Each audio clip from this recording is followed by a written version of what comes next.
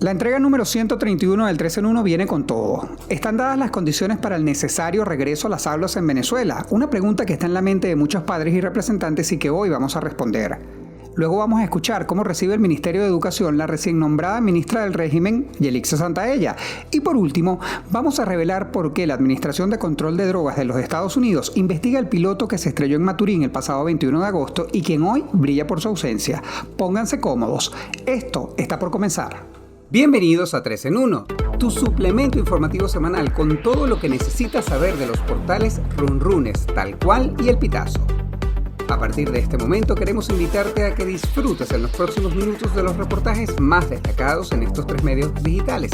Siéntate, relájate y tómate el 3 en 1 de esta semana.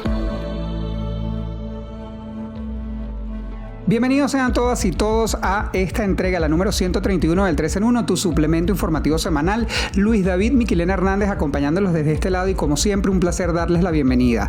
Ya entramos en la semana 76 desde que fue decretado el estado de alarma por el coronavirus en Venezuela, periodo de cuarentena radical de acuerdo a lo estipulado por el gobierno nacional.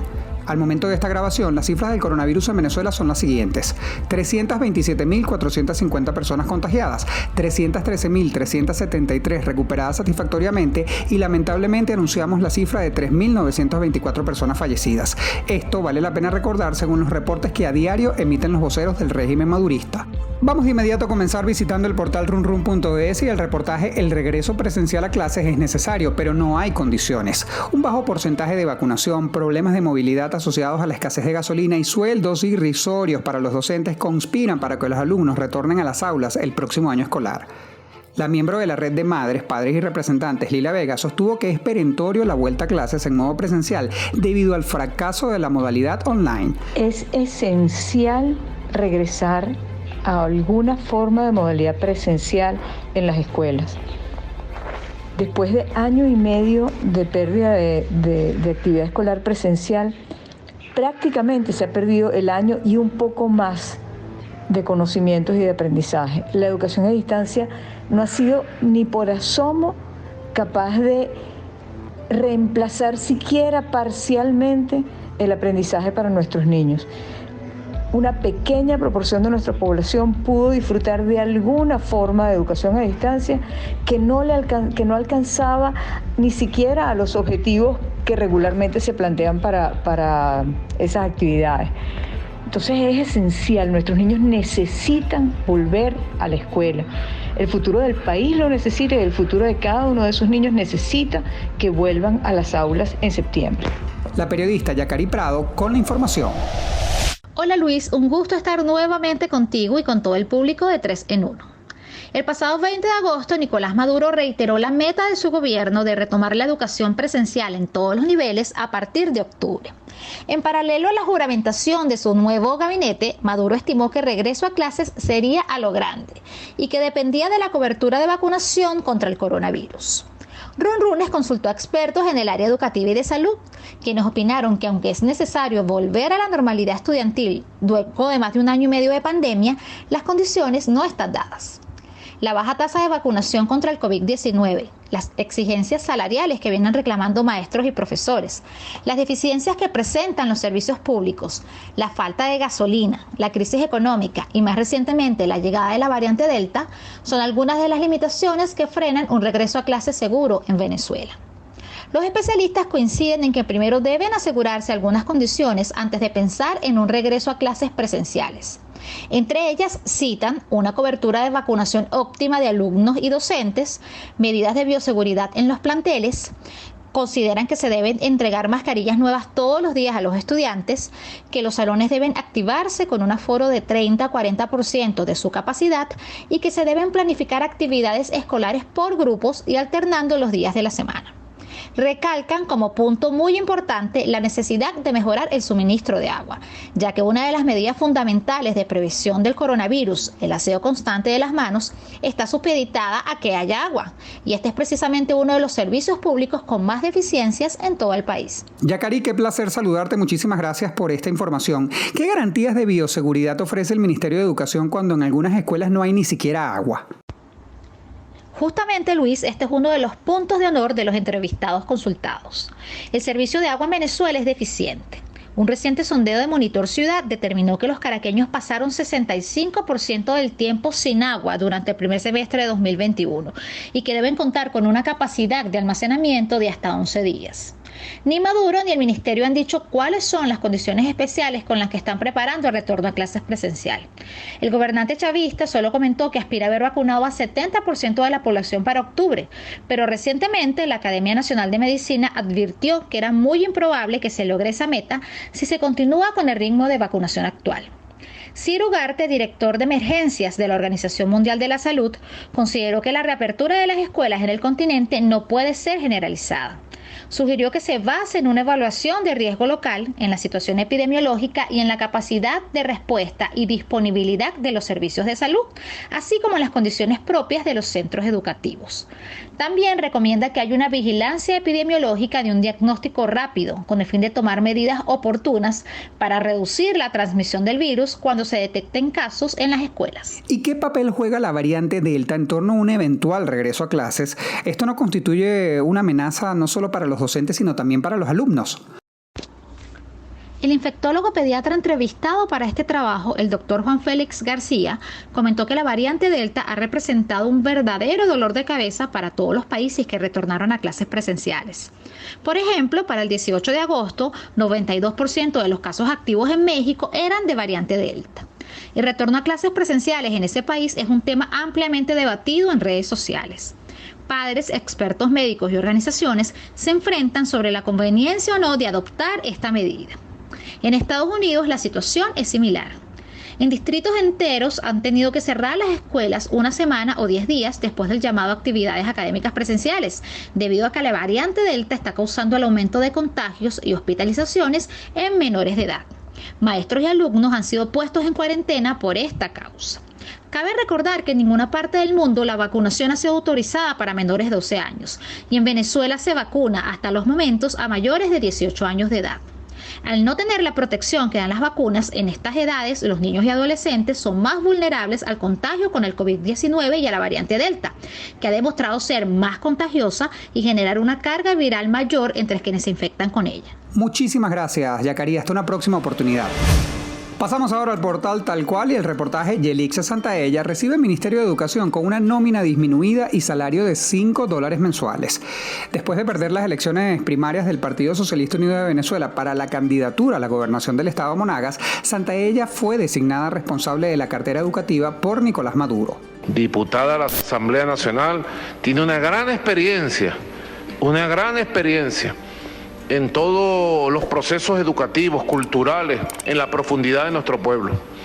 Tiene una gran ventaja, porque sabe gobernar el territorio, sabe caminar por las escuelas y los liceos, sabe oír al estudiante, a la procesadora, al maestro, a la maestra, al profesor. Tiene una gran ventaja porque es una mujer del pueblo y sé que viene con el espíritu originario de la pedagogía popular de Aristóbulo Istúriz. Lo sé, lo tiene en el corazón grabado. A Santaella le corresponde ocuparse de un despacho donde los docentes exigen un aumento salarial acorde con el alto costo de la vida en el país y condiciones apropiadas de bioseguridad para supuestamente iniciar las clases presenciales en octubre de este año, como lo ha asomado Maduro en reiteradas oportunidades. La periodista Gabriela Rojas con el informe. Hola Luis, un saludo a ti y a toda la audiencia del podcast 3 en 1. Bueno, sí, la llegada de Yelixa Santaella, a pesar de que había sido un rumor que había estado rodando durante varios días, pues se confirmó con el anuncio del gobernante Nicolás Maduro. La designación de Santaella viene luego de perder en las primarias del PSUV para un tercer periodo como gobernadora del estado Monagas. Ya previamente Santaella había sido gobernadora de Delta Macuro, el estado de donde es oriunda. Pero bueno, llega al Ministerio de Educación en un momento especialmente complejo, luego del fallecimiento de Aristóbulo Istúriz y de la designación posterior de Eduardo Piñate, que estuvo solamente 3 meses, el periodo más breve que ha tenido algún ministro en la cartera de Educación. A pesar de lo breve, Piñate dejó firmado el acta convenio de los trabajadores, una convención sumamente polémica que ha generado muchísimas reacciones negativas por parte de los docentes. Las mejoras salariales anunciadas pues no fueron tales. Los salarios de los docentes siguen estando en un margen que no supera los $10, el de mayor experiencia. Y esto además sumado a unas condiciones de un llamado a clases inminente para septiembre y octubre, en el cual no hay condiciones de infraestructura de las instituciones educativas. Los docentes no tienen ningún tipo de incentivo para volver a las aulas y además no se ha considerado no solamente que no están vacunados en mayoría, sino que hay muchísimos problemas de movilidad que persisten y que impiden que los docentes puedan volver a las aulas y a sus instituciones a trabajar en unas condiciones que permitan un buen desempeño. Un gusto saludarte, Gabriela. Te pregunto, ¿tiene Santaella el perfil necesario para encargarse del Ministerio de Educación? Bueno, Yelixa Santaella sin duda viene de 2 periodos como gobernadora y previamente uno de su estado natal, pero llega a un ministerio complejo, quizás uno de los más complicados de la administración pública. Nada más por poner un ejemplo, el Ministerio de Educación, incluso en las condiciones disminuidas en las que se encuentra, tiene una nómina mayor que todo el estado del Tamacuro, que toda la población del estado del Tamacuro que Santaella gobernó. Es decir, que está ante un reto mayúsculo. Santaella tiene de formación un título de administradora y tiene conocimientos sobre dirección y gestión educativa en un posgrado que hizo en la Universidad Simón Rodríguez, pero nunca ha ejercido en esta área, lo cual además la pone en unas condiciones de bioseguridad difíciles, en vista de la pandemia, que además debe contemplar, y con unos docentes totalmente desanimados, tratando de luchar con todo lo que tienen, pero sin ningún tipo de incentivo y de condiciones laborales. Entonces, lo que se va a encontrar Santaella al llegar al Ministerio de Educación es bastante complicado y hay que desentrañar muchos nudos que se han ido armando y han ido agudizándose durante este periodo. ¿Cómo planean iniciar entonces clases presenciales con tan escaso margen de población vacunada? El tema de la convocatoria para inicio de clases presenciales, como muchas veces se ha anunciado desde el Poder Ejecutivo, se ha ido retrasando porque la realidad es aplastante, no hay condiciones. La verdad es que la presencialidad tan necesaria para los niños y los adolescentes y tan importante para un sector de la población, porque no es ningún secreto que la conexión en línea es excluyente de una gran parte de la población estudiantil que se está quedando al margen, mucho más de lo que ya estaba en el contexto de la crisis humanitaria. Entonces, todo esto es un montón de elementos que se suman al esquema de vacunación que no ha contemplado como una prioridad al sector educativo. Y esto va a encontrar a unos docentes que algunos sí, otros no, el interior del país con unas diferencias abismales en relación a Caracas o a los estados centrales. Entonces, el ministerio debe ver el panorama completo y el inicio de clases presenciales, a pesar de que ciertamente es una necesidad muy importante que cubrir, no puede hacerse a lo loco, y el llamado es que hacen los gremios, las instituciones educativas, tanto privadas como los mismos docentes, es que se cumpla con las condiciones de bioseguridad para que realmente pueda haber actividades seguras. Muchísimas gracias, Gabriela. Nos escuchamos próximamente. Cerramos esta entrega visitando el portal El Pitazo con el reportaje Piloto que se estrelló en Maturín. Tiene una investigación abierta en la DEA. Un hombre que tripulaba la aeronave que se precipitó a tierra este sábado 21 de agosto en el sector Los Almendrones en Maturín fue identificado por tener presuntos vínculos con el narcotráfico. Sandro Enrique Ercoli García es el nombre del piloto que resultó ileso en el accidente y el único en libertad de 8 personas que tienen una investigación abierta desde el año 2004 por la Administración de Control Antidrogas de los Estados Unidos. César Batiz con la información. El sábado 21 de agosto en la tarde, en una zona residencial de Monagas, cayó una aeronave. Las autoridades identificaron al piloto como Sandro Enrique Ercoli García. De acuerdo a la información que hallamos a través de una búsqueda en internet, este profesional de la aeronáutica está vinculado a una investigación que se abrió en el año 2004 en Estados Unidos por narcotráfico, caso que luego fue desestimado por la Fiscalía de Estados Unidos. Pero además, el Coli García, también participó en la fuga de John Alexander Quiroz, propietario de la concesionaria de vehículos La Venezolana, que fue acusado en su momento por estafar a compradores de vehículos. También, de acuerdo a la información, el Coli García estaría, según algunos datos, vinculado a otros casos de presunto narcotráfico. Ese día que se estrelló en el avión, el Coli García fue trasladado a la Policlínica Maturín, donde fue atendido y dado de alta. La noche del sábado 21, los bomberos de Monagas identificaron al piloto como Lisandro Hércules. No obstante, dejaron el mismo número de cédula que el señor Sandro Enrique El Coli García. Hasta este momento no se conoce el paradero del piloto de la aeronave siniestrada en Maturín.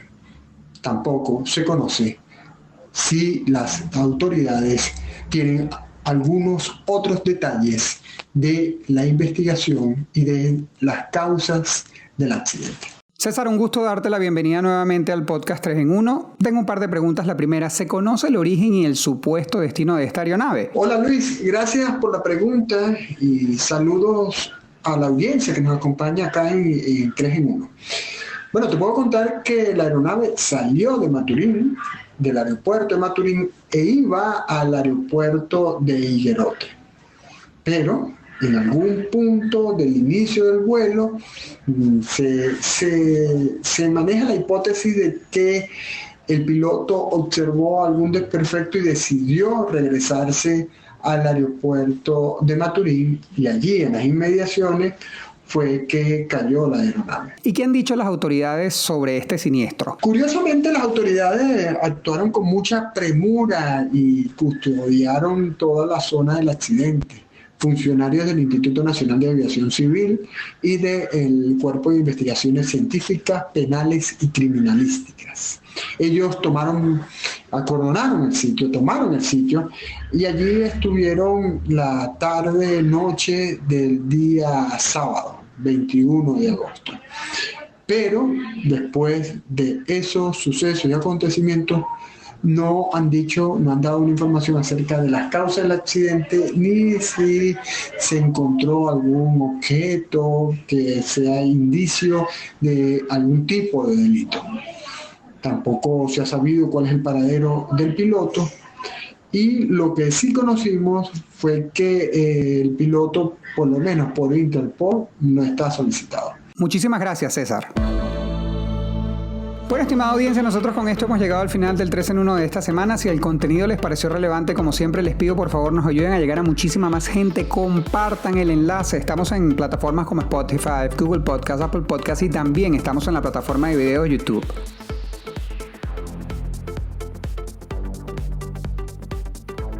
Nuestra invitación, como siempre, es a que se cuiden, pues el tema de la vacunación en Venezuela sigue siendo muy lento y bastante opaco. Y el riesgo de contagiarnos con la variante Delta presente en el país es muy alto. Quédense en casa si pueden, y si deben salir, se recomienda que usen doble tapaboca, gel antibacterial, alcohol y que se laven las manos constantemente en agua y con jabón. Cuidarse es cuidar de los suyos. Recuerden, evitemos juntos la propagación del coronavirus. En la producción de este espacio estuvieron Giannaly Fermín y Francisco Zambrano, y en la edición, Abraham Moncada. Les acompañó una vez más Luis David Miquilena Hernández. Siempre un gusto saludarlos y nos vamos a escuchar la próxima semana. Hasta luego.